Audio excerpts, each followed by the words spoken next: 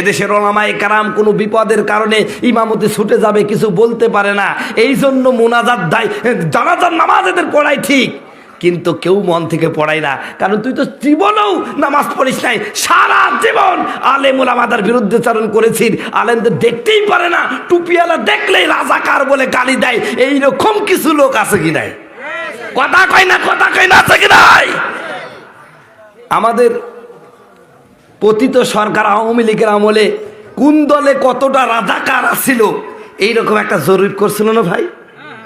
ওই জরিপটা যদিও বিশ্বাস করি না, যদি 1 মিনিটের জন্য বিশ্বাস করি, ভাই দাড়িওয়ালা টুপিওয়ালা কয়জন রাজাকার? কথা কয়টা?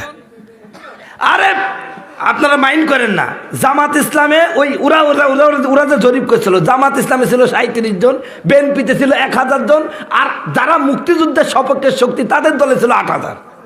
কথা কয়টা? সেই অনুযায়ী সবচাইতে কম জামাত ইসলামকে তো হুজুর পার্টি কয়, কয় না?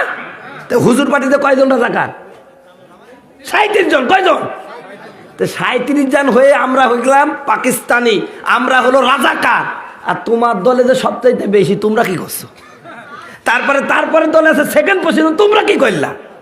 আপনারা রাগ করছি না, কিন্তু আপনারা যে খালি আলেম ওলামাকেই যে বলতেছেন রাজাকার। গতকালকে দেখেছেন ঢাকা বিশ্ববিদ্যালয়ের জগন্নাথ হলের সামনে হাজার হাজার আলেমদের উস্তাদ, আমার উলামায়ে কেরামদের দাড়ি টুপি দিয়ে রাজাকারের ছবি ওখানে, তার উপর দিয়ে পা দিয়ে হেঁটে গেছে। নাউজুবিল্লাহ জোরে কন।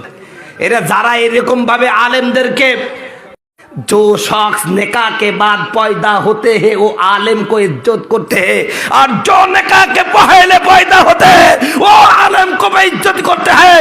যাদের জন্ম হলো বিবাহের আগে ওরাই আলেমদের বেয়াদবি করে, আলেমদের বেইজ্জতি করে, আর যাদের জন্ম বিবাহের পরে বৈধভাবে তারা আলেমদের ইজ্জত করে। কথা বলুন ঠিক কিনা? এখন আপনি কোন দলে থাকবেন আপনি ডিসাইড করেন। সম্মানিত বন্ধুগণ, আমার ভাইরা, আমার যে কথা বলছিলাম, যে উলামায়ে কেরামের প্রতি ভালো ধারণা রাখুন, সুধারণা রাখুন। আলেমদের রাজাকার বলার সময় শেষ। এদেশে আলেমরাই রাজ করবে। এদেশের উলামায়ে কেরাম যদি প্রতিটা জায়গায় থাকতো, আমার দেশ দুর্নীতিতে বিশ্ব চ্যাম্পিয়ন হতো না। কথা বলুন ঠিক কিনা?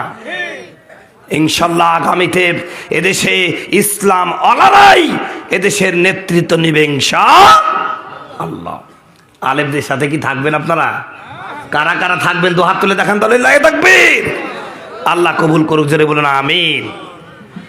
সম্মানিত ভাইরা আমার, যে কথা বলছিলাম, আমি নামাজির দিনে কথা বলছি বলে যারা বেনামাজি ওরা মনে মনে চিন্তা করছে হুজুর তো খুব ভালোই। আমি বলছি ভাই আপনার সাবজেক্ট না, যারা নামাজ পড়েন না ওরা আমার সাবজেক্ট না। বন্ধুগণ আমার, ভাইরা আমার, একজন ব্যক্তি কয়েকদিন আগে আমাকে প্রশ্ন করলো, হুজুর আমি লোকটা ভালো, যাকাত দিই, কুরবানি দিই, মানুষকে দান খয়রাত করি, খালি নামাজটা পড়ি নিয়ে কি আমার ইমান নষ্ট হবে নাকি? আমি বললাম ভাই ইমান তো নাই, নষ্ট হবে নাকি? কথা কয় না। রাসূল বলছে লা দিন লিমান লা সালাতা লাহু, যার নামাজ নাই তার ইমানই নাই। কথা বলুন ঠিক কিনা? সম্মানিত বন্ধুগুলো আমার, ভাইরা আমার, আমি এই কথা বলি বলে অনেকে আবার কি জানেন, আমরা যারা নামাজ কালে পড়ি, যারা নামাজ পড়ে না ওরা আবার কিভাবে জানেন, যে হুজুরা ওরা তো কিছু বুঝে না। কথা কয় না, বুঝে না। একটা গল্প বলি, কষ্ট হবে নাকি? রংপুরে ওয়াজ করতে গেলাম, একটা মসজিদের মাহফিল। কিসের মাহফিল? মসজিদের মাহফিল। তো মসজিদটা আবার বাগানের মধ্যে, কাঁঠাল বাগানের মধ্যে। তো আপনারা জানেন তো মাহফিলের দিনে ইমাম আর মুয়াজ্জিনের ব্যস্ততা বাড়ে না কমে? তো এই মুয়াজ্জিন বেচারা ফজরের নামাজ পড়ি আর মসজিদ বন্ধ করতে খেয়াল না, চলে গিয়েছে। তো এইবার ওই যে কাঁঠালের কিছু পাতা, ওই পাতা আবার পড়েছে হচ্ছে এই মসজিদের মধ্যে। তো বাড়ির সামনে এক লোক আছে, ওই লোকের কয়েকটা ছাগল আছে, ও আল্লাহর রাস্তায় সকালবেলায় ছাগলগুলো ছাড়িয়ে দিয়েছে, বুঝতে পারছেন? খাইতে খাইতে মসজিদের মধ্যে চলে গেছে। মসজিদের মধ্যে যখন গেছে ওর আবার হিসু চাপাইছে। ছাগল ওই মসজিদের মধ্যে পোশাক পায়খানা করে ফেলছে। পোশাক পায়খানা যখন করে ফেলছে, ওই মসজিদ নষ্ট করে ফেলছে। এইবার জহুরের সময় মুয়াজ্জিন সাহেব আজান দিতে আসি দেখছে মসজিদের অবস্থা কামসারা, এই ছাগল কারা এই মসজিদ নষ্ট করলো। তখন ওই লোকটার ঘুম ভাঙছে, চিন্তা করছে আমার ছাগল ছাড়া কার ছাগল যাবে। তখন চোখ চুল কাছার বলছে, হুজুর হুজুর বেয়াদবি মাফ করবেন, ও তো ছাগল বুঝে না তাই মসজিদে গেছে। আপনি আমাকে কি কোনোদিন মসজিদ আসতে দেখেছেন? ছাগল বুঝে না এই জন্য মসজিদ আছে, ও তো বুঝে। এই জন্য ও মসজিদে যায় না। কথা বুঝতে পারছেন? এইরকম বুদ্ধিজীবী নামক শয়তান আমাদের সমাজে আছে কি নাই? জোরে বলে আছে কি নাই? শয়তানি করো, মরার পর বুঝবা। আমরা হুজুরা তো বিপদে, তোমার মতো বেনামাজির লোকের ব্যাপারে রসুলের কাছে ভিত্তি করা লাগে। এই কবরে যাই কি বলতে হয়? বিসমিল্লাহ মিল্লাতি রসুলিল্লাহ। এই আল্লাহর নবী, এটা আপনার মিল্লাতে ছিল। আসলে কি ছিল? আরে যে রসুলের মিল্লাতে থেকে সে নামাজ কাজা করতে পারে, সে যাকাত দেবে না, হজ করবে না বলেন? সে তো ইসলামের প্রতিটা বিধান মানার কথা ছিল, কিন্তু তা না করে শেষ যেখানে অকাম কুকাম আছে ওখানকার হেডমাস্টার। কথা কয় না, কথা কয় না। আরে কত হাজি সাহেবও আছে, হজও করে, আবার মাহফিলের সভাপতি হয়, আবার অনেক সময় দেখা যায় বিভিন্ন জায়গায় বিভিন্ন প্রতিষ্ঠানের বিভিন্ন গান বাজনা বিভিন্ন জায়গায়ও সভাপতি হয়। কথা বলুন ঠিক কিনা? আছে কি নাই? আছে কি নাই?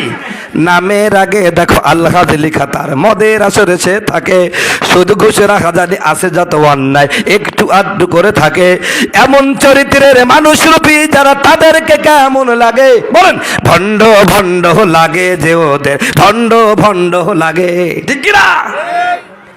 সম্মানিত ভাইরা আমার, তো এইরকম নামাজ পড়ে আমরা আজকে হুজুররা বিপদে পড়ে মিথ্যা কথা বলতেছে, বিসমিল্লাহ আলা মিল্লাতি রসুলিল্লাহ, অথচ জীবনে কিন্তু পশ্চিম দিকে সেজদা দেয়নি। কথা কয় না, কথা কয় না। হুজুরা আমি আপনি একটা কায়দা করি, এরকম আমি দেখি যে কোন জায়গায় এরকম আছে, এই মাল যদি দেখি যে কোনোদিন সেজদা দেয়নি পশ্চিম দিকে, আমি বলি আল্লাহ এরাও ছাড়ছে না, আমিও পারছি না, আল্লাহু আকবার। কথা কয় না। এরপরে যে দোয়া আছে ওটা কি আর স্পষ্ট বলা লাগে ভাই? তো মনে মনে আমি আল্লাহ বলি, আল্লাহ সারা জীবন তোমার সেজদা দেয়নি, কোনোদিন পশ্চিম দিকে সেজদা দেয়নি, গাঞ্জা খাইতে খাইতে জীবন শেষ করে ফেলেছে, আবার পণ্ডিতি মার্কায় পালা গান গাইছে। কথা কয় না। তোমাকে অপমান করেছে, তোমার রসুলকে অপমান করেছে, গাঞ্জা খাই বলছে তারা নাকি মক্কায় চলে গেছে, এত বাজে কথা বলিস। আল্লাহ লোকটা মরে গেছে, তুমি সাইজ করে দিও, আল্লাহু আকবার। কথা কয় না। তুই যেসব মুসল্লি তো জানাজাও হবে ওই রকম। কথা বলুন ঠিক কিনা? সম্মানিত বন্ধুগণ আমার, ভাইরা আমার, অনেক কথা বলতে পারবো, অনেক বলার আছে, লম্বা খুতবা আমি দেব না। আমি আপনাদের সামনে কোরআনুল কারীম থেকে সূরা আল ইমরানের একখানা আয়াত পড়েছি। আমার আল্লাহ বলেন, কুল ইন কুনতুম তুহিব্বুনাল্লাহ ফাত্তাবিউনি ইউহিব্বুকুমুল্লাহ ওয়া ইয়াগফির লাকুম যুনুবাকুম আল্লাহু গফুরুর রহিম। আল্লাহ রাব্বুল আলামিন বলেন, ও নবী আপনি আপনার উম্মতদেরকে বলে দেন, ওরা যদি আমি আল্লাহর ভালোবাসা পাইতে চায়, কার ভালোবাসা? জোরে জোরে বলেন, কার ভালোবাসা? আল্লাহর ভালোবাসা যদি পাইতে চাই, ওদেরকে বলে দেন ওরা যেন আপনি নবীকে অনুসরণ করে, অনুকরণ করে। জোরে বলেন সুবহানাল্লাহ। তাহলে বন্ধুগণ আমার, ভাইয়েরা আমার, আল্লাহকে পাইতে হলে, আল্লাহর ভালোবাসা পাইতে হলে আমার আপনার জীবনে সবচাইতে বেশি প্রয়োজন সেটা হলো আমার নবী। নবীকে ঠিক রাখেন, নবীকে মহব্বত করেন, ভালোবাসেন। আমার নবীর প্রতি যদি আপনার পূর্ণ ভালোবাসা, পূর্ণ মহব্বত যদি আপনি তৈরি করতে পারেন, আপনার জীবনে আর কিছু দরকার নাই। কথা বলুন ঠিক কিনা? নবীকে কেমনে ভালোবাসবেন, কেমনে ভালোবাসবেন, এই একটা দৃষ্টান্ত দিয়ে হয়তো বা আমার সময় শেষ নাকি হুজুর? ও আলোচনা চলবে তো ইনশাল্লাহ? আলহামদুলিল্লাহ। কতটুকু আছে সময়? সময় থাকলে আমি সেই জন্য আগাবো আর কি ইনশাল্লাহ। তা আপনাদের কষ্ট হচ্ছে না তো ভাই? আমি শুনেন, আমি কিন্তু এখানে যারা আছে সবাই আমার উস্তাদ। এখানে মুফতি আমিনুল ইসলাম সাহেবের আমি ছাত্র। কথা বুঝতে পারছেন? আপনাদের এই দিগলগঞ্জে আমি পড়াশোনা করেছি আজ থেকে কত বছর, 20 বছর আগে, 2003, 4, 5 এই 3 বছর আপনাদের এলাকার ভাত খেয়েছি। আর তখন থেকে আমার চেষ্টা ছিল যে আমি কোরআনের ময়দানে কথা বলবো। হুজুর আমার জন্য দোয়া করছে। আমি আগে মিলাদ পড়েছি কত, হুজুরের সাথে চলে গেছে। হুজুর আগেই বলতো যে তুই যাই শুরু কর, আমি আসতেছি। তাই আমি হুজুরের সাথে মিলাদ করতে করতে আজকে আপনাদের সামনে কোরআনের কথা বলা শিখেছি। ইনশাল্লাহ কথা হবে, ওয়াজ ইনশাল্লাহ ফুরাবে না, আর আপনারা উঠবেন না ইনশাল্লাহ। কষ্ট হচ্ছে নাকি? খারাপ লাগছে নাকি? সম্মানিত বন্ধুগণ আমার, ভাইয়েরা আমার, নবীর ভালোবাসা কেমন আমি আপনাদের সামনে পেশ করতে যাচ্ছি। শোনেন আমার বন্ধুগণ আমার, ভাইয়েরা, নবীর ভালোবাসা কেমন হতে হবে এটা শিখতে হবে। আমার আপনাকে দেখে না, আমাকে দেখে না, আপনাকে দেখে না, নবীর সাহাবাই কেরামকে দেখে। কথা বলুন ঠিক কিনা?